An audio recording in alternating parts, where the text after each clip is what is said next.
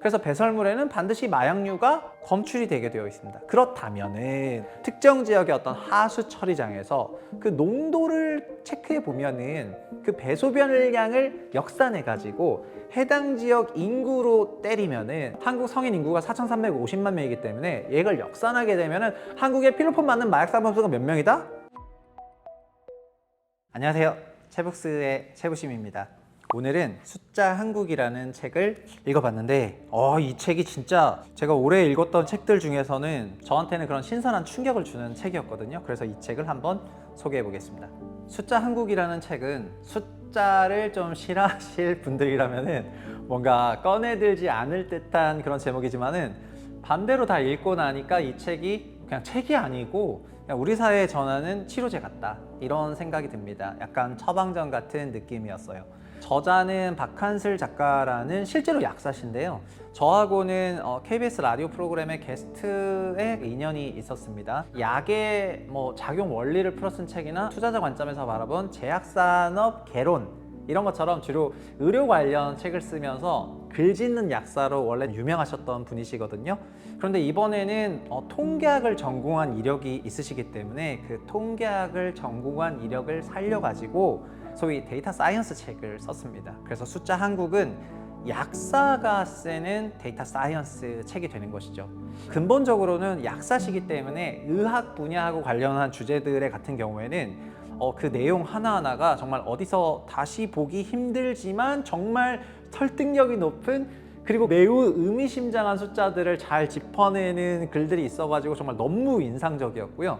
설령 전공 분야가 아닌 분야라 하더라도 숫자를 막 나열하는 게 아니라 핵심 숫자들을 짚어내는 그런 실력이 있다 보니까 우리 채널에서도 분석왕을 다루면서 출산율, 의료 문제, 국방 문제, 경제 문제, 성장률 문제, 도시 문제, 이런 것들을 다뤘던 것처럼 이 숫자 한국 책도 챕터 하나하나가 다 분석한 수준의 그 깊이가 있는 책이었습니다. 그리고 무엇보다 책의 문장이나 결론이 굉장히 깔끔하고 또 좌우 치우침이 없다 보니까 읽는 내내 숫자가 빵빵 때려주는 그 디톡스가 있거든요.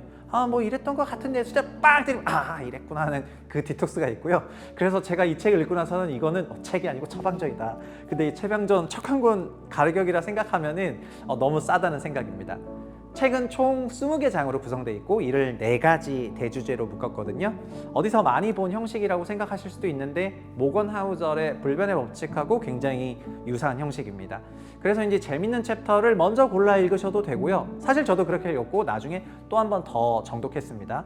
저도 사람이다 보니까 맨 처음 봤을 때 관심이 가는 주제부터 먼저 읽어도 되겠다, 이런 생각이 들었거든요. 그래서 어떤 챕터들은 진짜 빠져들어서 막 몇 번씩 읽었고, 그리고 나머지 챕터들도 다 그냥 재밌게 읽었습니다. 근데 전체적으로 보면은 정말 책의 70-80% 이상이 저조차도 좀 잘 보지 못했던 신선한 에피소드들의 집합이 많아가지고 책 전체가 되게 퀄리티 높은 그 내용들로 작성돼 있다, 이렇게 말씀을 드리겠습니다. 그러면은 내용으로 한번 직접 들어가 보도록 하죠. 책의 첫 주제는 인구 변화와 사회인데 이건 거의 우리 채부심의 그 단골 레퍼토리 되겠습니다. 근데 여기서 다루는 그 소재들을 한번 보면은요, 한국인의 평균 수명 문제, 그리고 가구 소득별 산후 조리 기간 문제, 그리고 국군의 현역 환정률 이슈, 그리고 이유 없는 비경제활동 인구의 수, 그리고 노년 부양비를 요 주제에서 다룹니다. 근데 이 중에서 가구소득별 산후조리기간 같은 경우에는 저도 이걸 우리 와이프한테 또 읽고 나서 한참 설명을 했거든요. 와이프도 이 부분을 읽고 뭔가 이제 인사이트가 있었다, 이런 얘기를 했습니다. 뭐냐면은 한국이 산후조리원이 있는 전 세계 유일한 국가라는 분석을 알고 계십니까? 그런 분석들이 있어요. 그럼 한국의 산모들만 다른 나라 산모와 달라가지고 유난을 떠냐, 이런 생각을 하시는 분이 종종 있는 거거든요. 그리고 조리원 가격이 점점 비싸지고 있다 보니까 출산에 부담이 된다는 내용들도 적지 않습니다. 저도 그랬었습니다. 그래서 가끔은 또 이런 고가 산후조리원 얘기를 하면서 한국 산모들 너무 유난스럽다 이러면서 막 비평하기도 하거든요. 그런데 정말 다른 전 세계 여성들과 달리 한국 여성들이 산모가 어떤 기질적 차이가 있어가지고 한국에만 산후조리원이 있느냐? 그게 아니라는 겁니다. 결국 다른 나라의 경우에는 국가나 지자체가 산모가 출산하고 나면은 재택에 보조로 보내는 산후조리 전문 인력이 가정으로 오랜 기간 파견하는 시스템들이 있는데, 한국은 남성 육아휴직과 돌봄 인원이 거의 없다 보니까 자연스럽게 나타난 시장이 뭐냐면은 산후조리 시장이라는 거거든요. 그래서 2020년에 출산 산모 중에서 81%가 산후조리원을 이용했는데, 그것은 사실상 한국의 산후조리 서비스가 국가 지자체 서비스로부터 제공되고 있지 않다는 말과 같고요. 이런 국가나 지자체가 제공해주지 않는 서비스 시장을 민간이 캐치해서 발전시킨 것이 산후조리 시장이라는 것입니다. 그리고 산후조리 시장도 소득 기준에 따라서 상당한 편차를 보게 되는데요. 가구 소득이 월 200만 원 미만인 가정의 산모는 겨우 58%만 산후조리를 하고 있거든요. 그러니까 전체 평균에서 80%인데 200만 원 언더는 그렇게 낮기 때문에 소득 최저 구간 산모가 소득 최고 구간 산모보다 산후조리 관련해 가지고 더 질이 안 좋은 서비스를 받고 있다는 걸 알 수가 있습니다. 산후조리 기간도 차이가 나요. 소득 격차에 따라서 최대 12일 정도 차이가 나고 있는데, 통계를 보시면은 이것을 정말 한 번에 볼 수가 있는 거죠. 사실 소득이 증가하면은 산후조리 기간도 증가하는 것이 자연스럽다 할 수 있죠. 그런 의미에서 우리나라가 출산율 제고를 하는 입장에서 산후조리원 이슈를 꺼내면서 여성들에게 어떤 기지를 문제 삼는 그런 분위기는 이제 없어져야 될 것 같고요. 산후조리 서비스도 제대로 구현하지 못하고 있는 국가와 지자체로 포인트가 달라져야지 할 것 같습니다. 그런 면에서 어떤 숫자를 제대로 보느냐 아니냐, 그리고 손가락을 가르치는데 그 방향을 보느냐 손가락을 보느냐가 정말 굉장히 중요하다고 할 수 있는데, 이 숫자 한국의 가장 큰 장점 중에 하나가 그 박한슬 작가가 대체 이 자료 어디서 갖고 온 거야? 라는 생각이 드는 아주 다양한 출처에서 수집한 데이터를 가지고 그거를 한번 응용해서 표로 보여주거나 숫자 그래프로 보여주는 이런 경향이 조금 있거든요. 그래서 전체적으로 되게 유기적이고 종합적인 분석에 용이한 숫자들만 딱 주제에 맞게 칼같이 인용을 하기 때문에 책을 읽으면서 되게 시원한 그런 감이 있습니다. 숫자 한국이라고 해서 숫자를 막 나열하는 방식이라든가 막 현학적으로 막 미분스러운 숫자를 쓰는 것이 아니라 그냥 이 주제는 이 표 하나, 이 숫자 하나 빡! 이런 거거든요.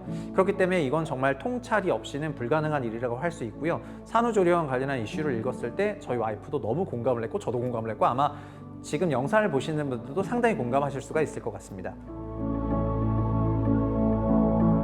첫 챕터의 그 네 번째 주제도 요즘 제가 가장 문제라고 생각하는 것 중에 하나인데요.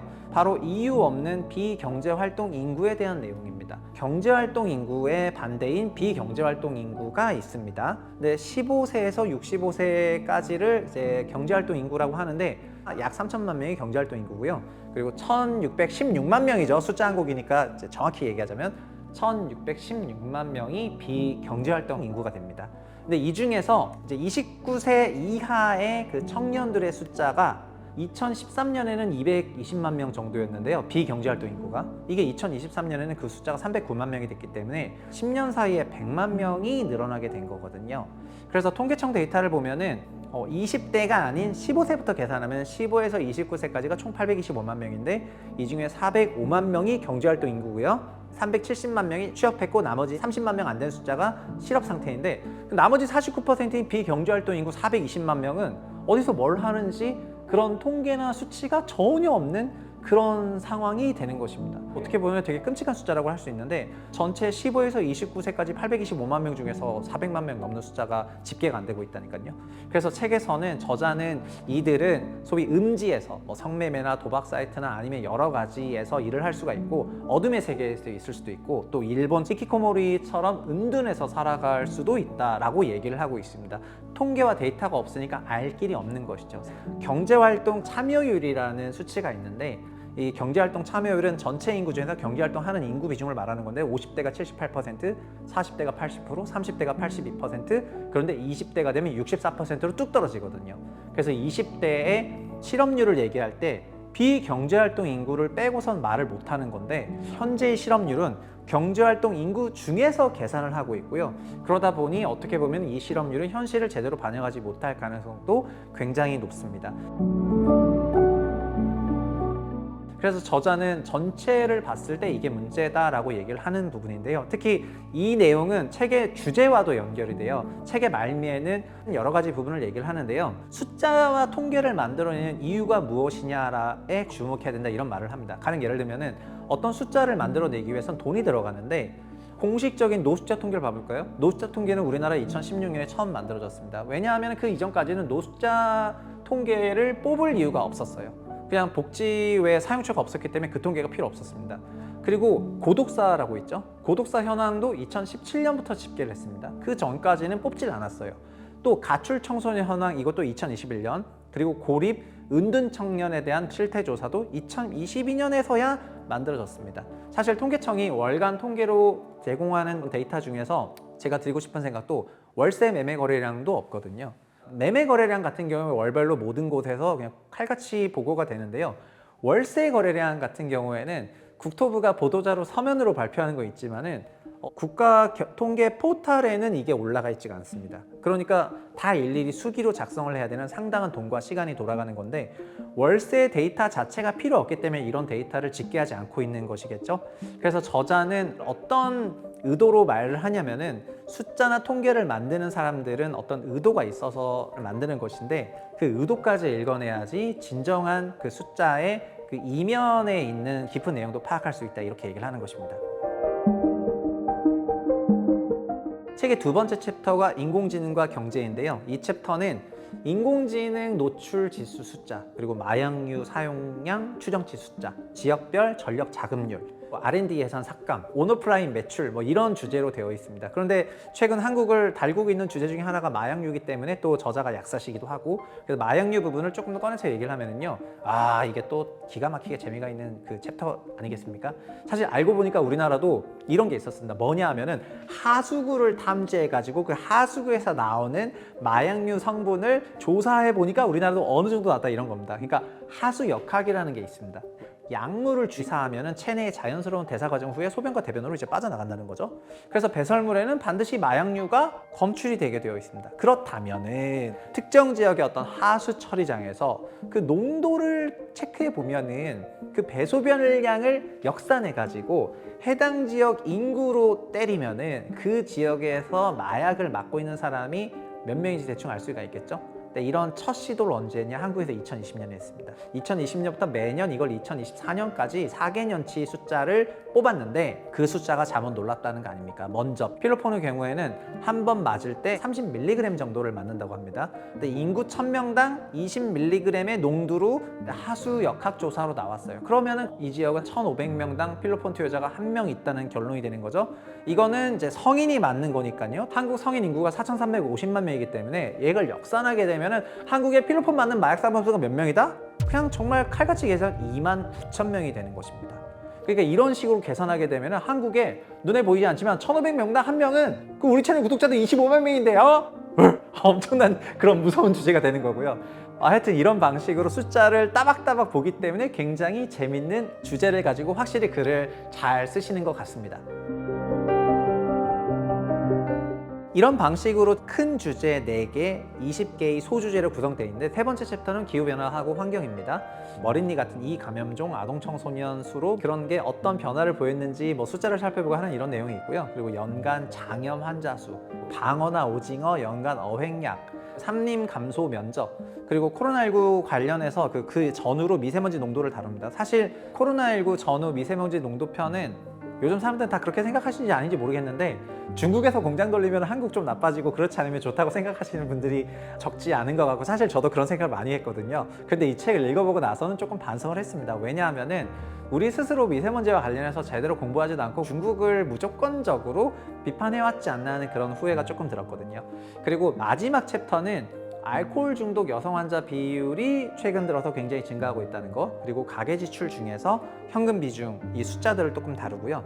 그리고 중증 정신질환자의 재진로 비율이 있는데 이건 정말 꼭 읽으셔야 되고, 혼인기간별 이혼 건수 이것도 꼭 읽으셔야 되겠습니다. 그리고 3년 이내 재범률, 이것도 굉장히 중요한 주제가 되겠죠. 특히 챕터 4는 모든 주제가 재밌어요. 황혼이혼 같은 경우에는 요즘에 황혼이혼 하시는 분이 적지 않잖아요. 근데 다른 어떤 제도와 연결해서 설명하는 부분에서 이 사람 진짜 천재인가 이런 생각이 들었습니다. 사실 우리 채널이 불변의 법칙이라는 모건하우절 책을 소개하면서 채북스 코너가 자리를 잡았고, 그래서 여러 책을 소개할 수 있게 되는 그런 원동력이 됐습니다. 그런데 숫자 한국은 그냥 감히 말씀드리자면은 한국판 숫자 버전의 불변의 법칙 같은 책이거든요. 그래서 굉장히 디톡스가 되는 부분입니다. 숫자하고 데이터는 같은 상황을 두고도 서로 다른 이야기를 할 때가 되게 많아가지고 중요한 것은 바뀌는 게 아니라 뭐가 바뀌지 않는지, 그리고 숫자 안에 있는 의도와 맥락을 어떻게 잘 읽어내는지, 이런 것들이 굉장히 중요하거든요. 근데 인상 깊었던 부분이 숫자를 직접 읽고 해석하는 그런 능력을 갖추고 이거를 바탕으로 비판적 사고를 할 수 있을 때 한국 사회가 좀 더 바람직한 방향으로 나아갈 수 있다고 저자가 여러 차례 강조를 했고, 그런 것들을 결론에 담아서 이제 마무리를 짓는 부분을 보면서 저도 굉장히 공감을 많이 했습니다. 사실 처음에 이 책을 소개할 때 우리 사회의 전환은 치료제 같다, 책이 아니고 치료제고 처방전이다, 이런 표현을 했는데 실제로 정말 그렇다고 저는 많이 느꼈고요. 대한민국의 미래를 결정할 어떤 중요한 시기이기도 하고, 그러면서 아직은 여러 불확실성이 또 해소가 되어 있지도 않은 이런 와중에 어려운 그런 숫자가 아니라 어디서 정말 찾았을지 모르는 신묘한 그런 숫자들이지만 정말 눈에 딱딱 박히는 그런 숫자들로 한국 개인, 사회, 국가 이런 걸 풀어서 썼다는 부분에서 정말 굉장한 책이라는 생각이 들고요. 우리나라는 지금 어떻게 보면은 숫자 디톡스가 굉장히 필요한 사회가 아닌가 하는 그런 생각에 이 책을 정말 강추하겠습니다. 박한솔 작가님, 저랑 술 한잔 한번 하시면 좋을 것 같다는 그런 생각이 들고요. 우리 채널에 한번 나와주시면 정말 감사하겠습니다. 여기까지 하고요. 다음 시간에 또 좋은 책을 소개해 드리도록 하겠습니다. 감사합니다.